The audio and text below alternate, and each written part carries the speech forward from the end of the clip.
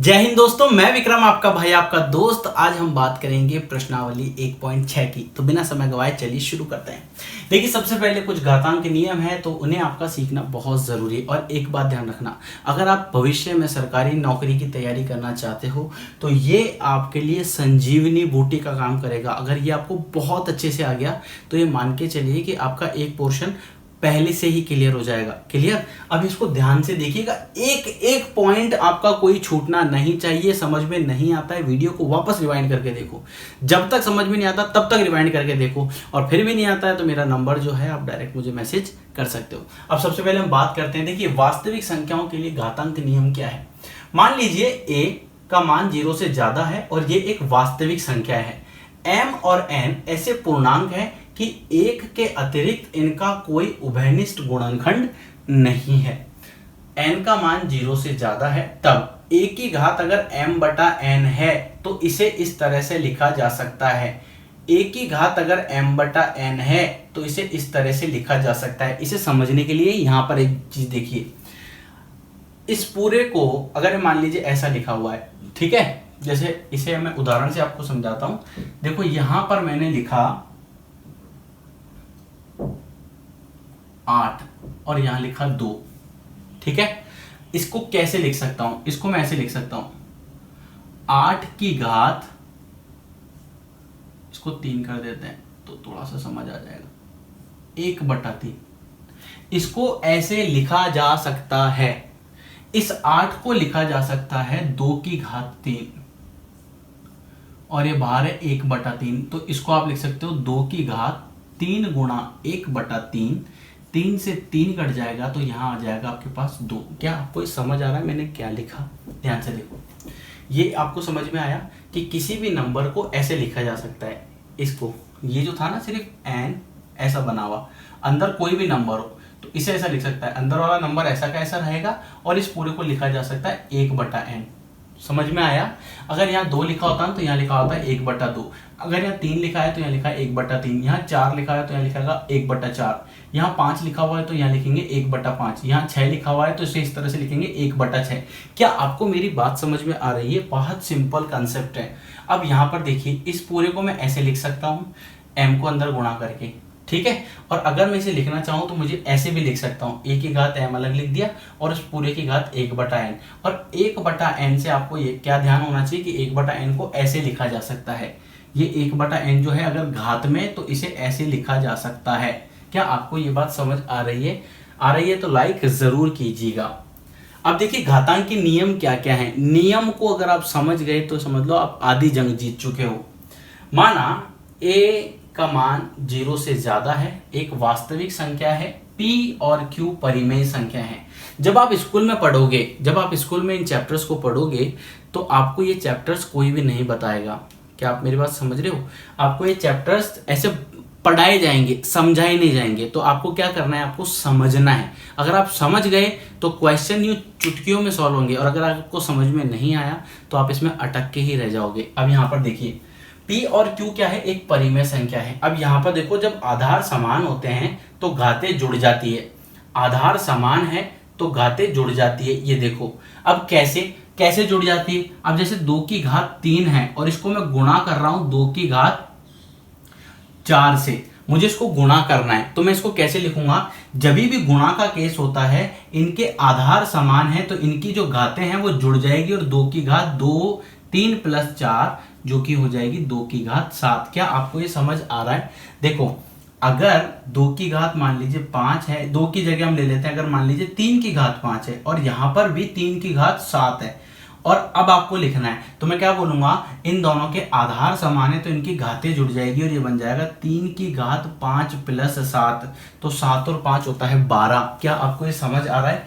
बहुत सिंपल, एक एक चीज आपकी नोट होनी चाहिए इसमें, और इसको अच्छे से एग्जाम्पल के साथ नोट करना। जैसे पहले आपने ये समझ लिया कि आधार समान है तो घातें जुड़ जाती है, ऐसा होता है। इसके नीचे ये एग्जाम्पल उतार लो। अब जैसे यहाँ 2 है ना, अब ये देखो, ये मैंने लिखा 2 की घात 3। अब आपको ये पता होना चाहिए कि ये जो है ये क्या है? आधार,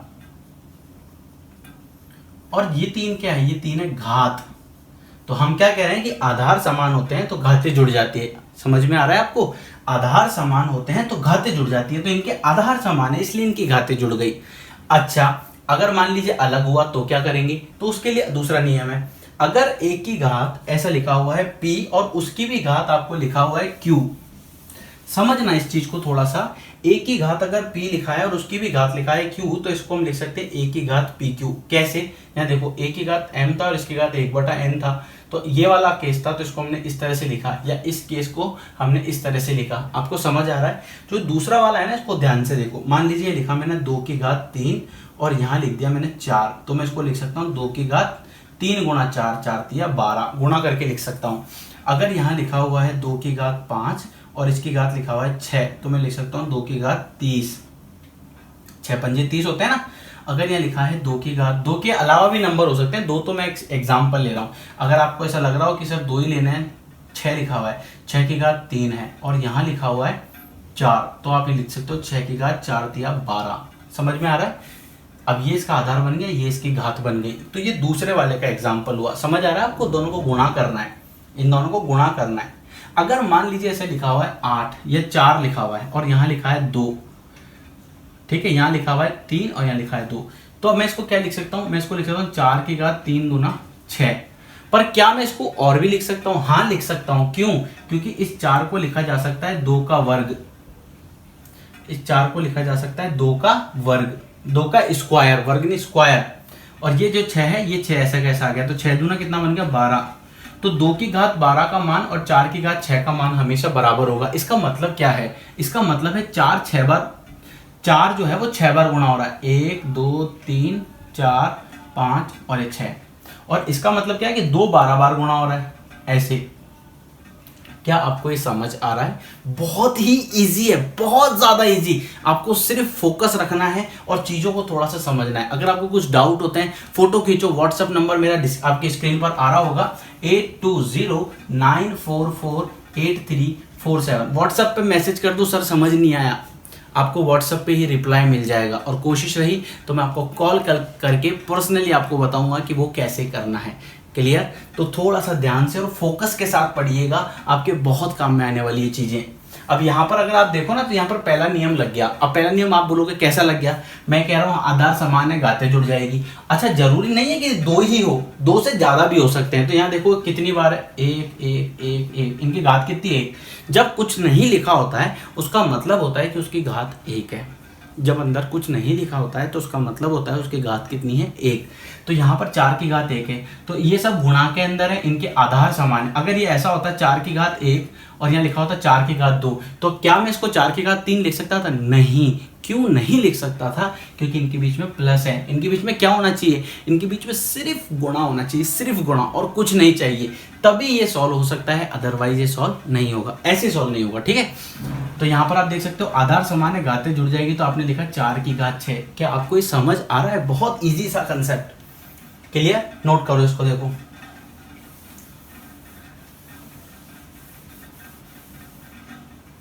इसके बाद अगर हम बात करें थर्ड वाले की, ये जो तीसरा वाला है, ये क्या है?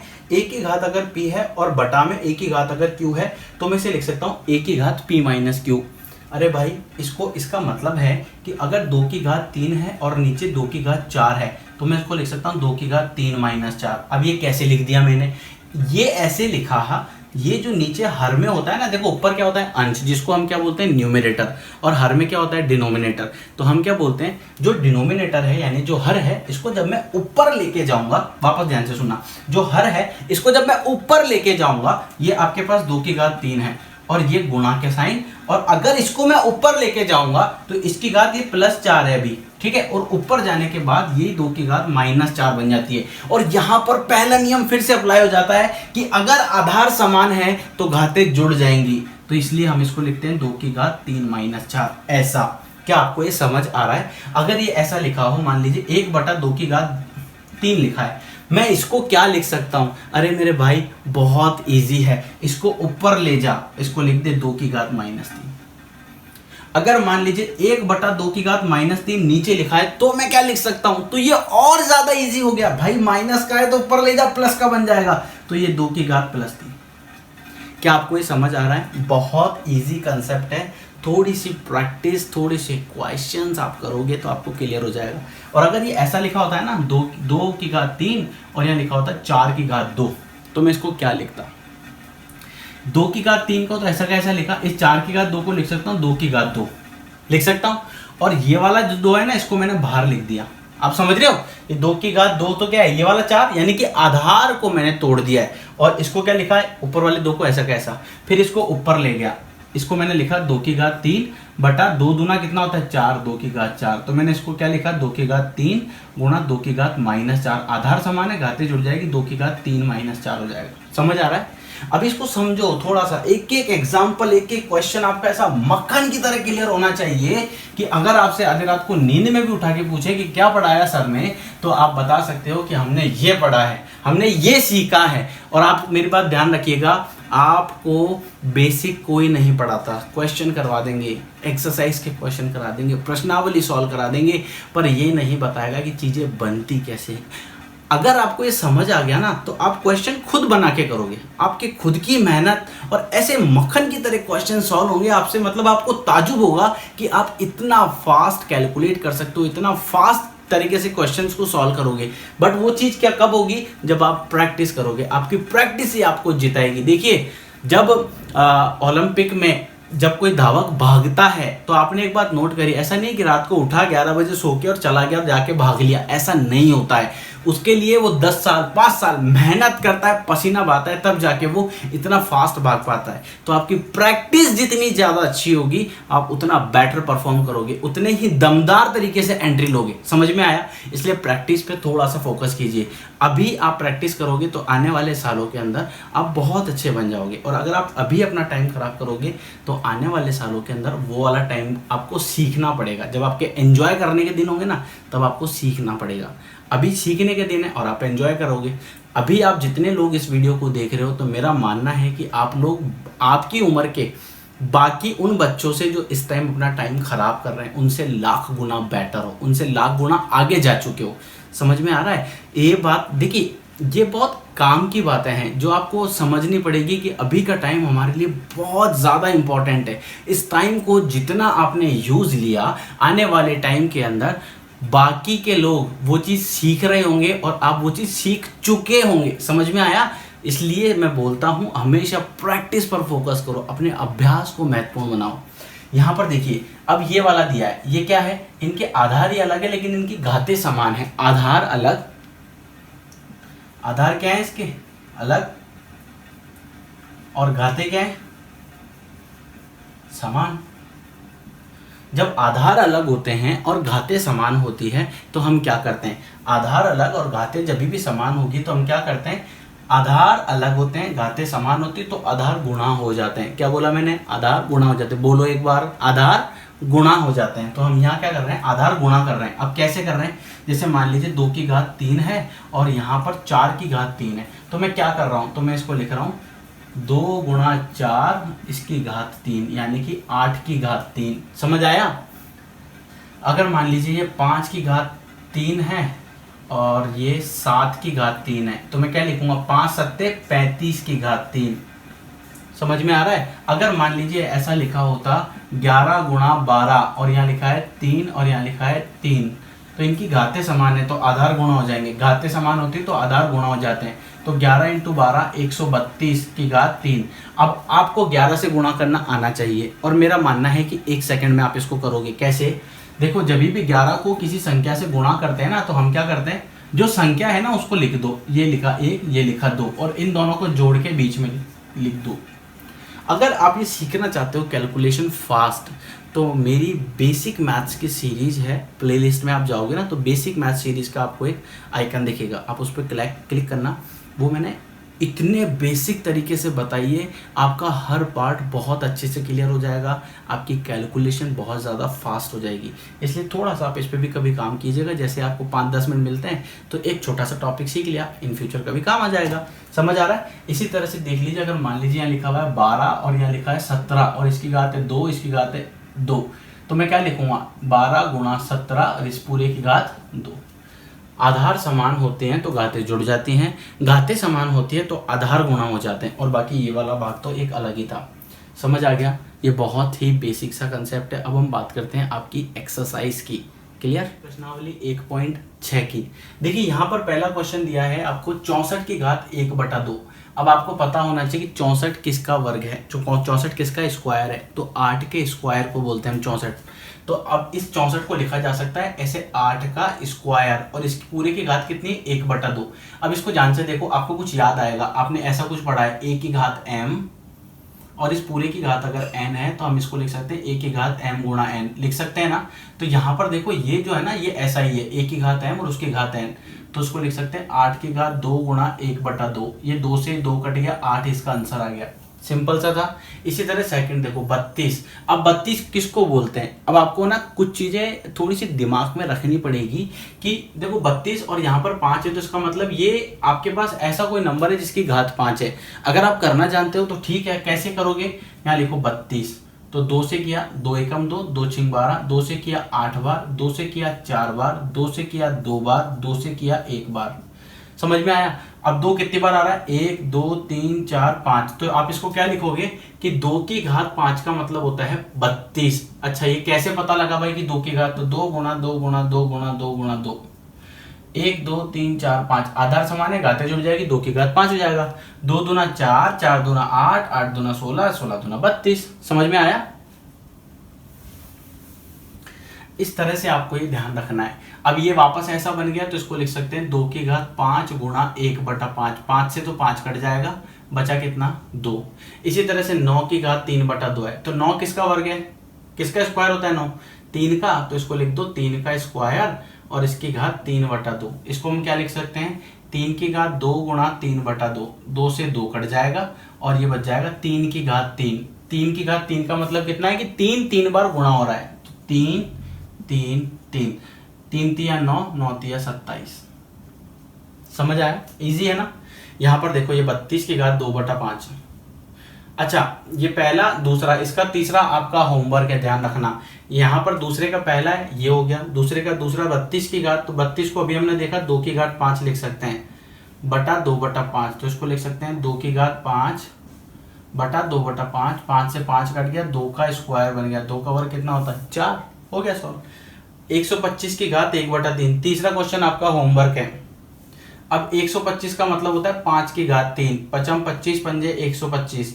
इसको मैं क्या लिख सकता हूँ, 5 की घात 3 गुणा माइनस का 1/3। आपको पता होगा 3 से 3 कट जाएगा, तो बचा कितना, 5 की घात -1। अब ये भी इसका आंसर है, और अगर आप इसको लिखना चाहो 1/5, तो ये भी इसका आंसर है। दोनों का मतलब ये। अब इसको यूं मत सोचना कि भाई ये हमने ऐसे लिख दिया, इसका मतलब है ये आया कैसे, 1 गुणा 5 बटा -1। इसको अगर 1 से गुणा करेंगे तो कोई फर्क नहीं पड़ेगा, और a की घात अगर -m है ना, तो इसको हम लिख सकते हैं 1/m।